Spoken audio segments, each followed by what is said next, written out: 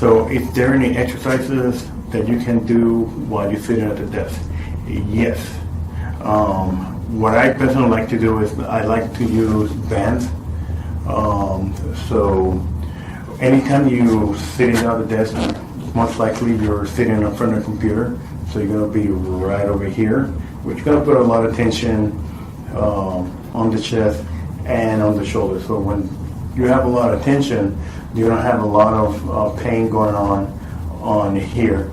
So we can bring your arms back this way and just kind of stretch out here, and just pushing it down. That way you're pushing your shoulders down and you're just opening up your rib cage, and you're getting that stretch on the chest.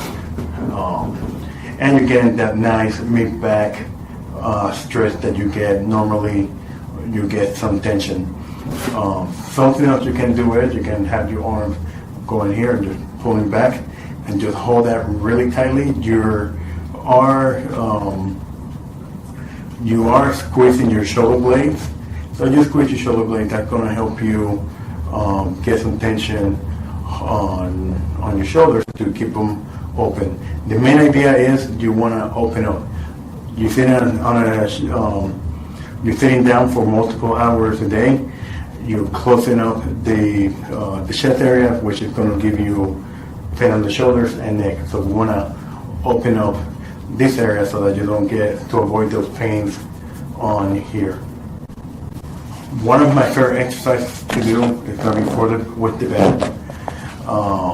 It's one of my favorite exercises because when I show this to my clients, I make it look so simple, and they look at me like, okay, this is going to be like the simplest thing to do.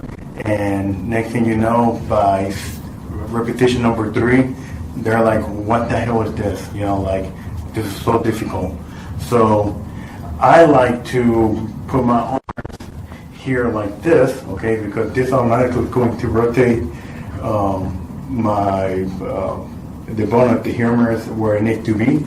So I'm just going to keep my shoulders down, and then I'm going to sit straight, right? And then it's going to come back this way. So what I'm doing in here is, as I'm pulling back, I'm pushing my shoulders down, and I'm strengthening the mid trap and low traps. Okay.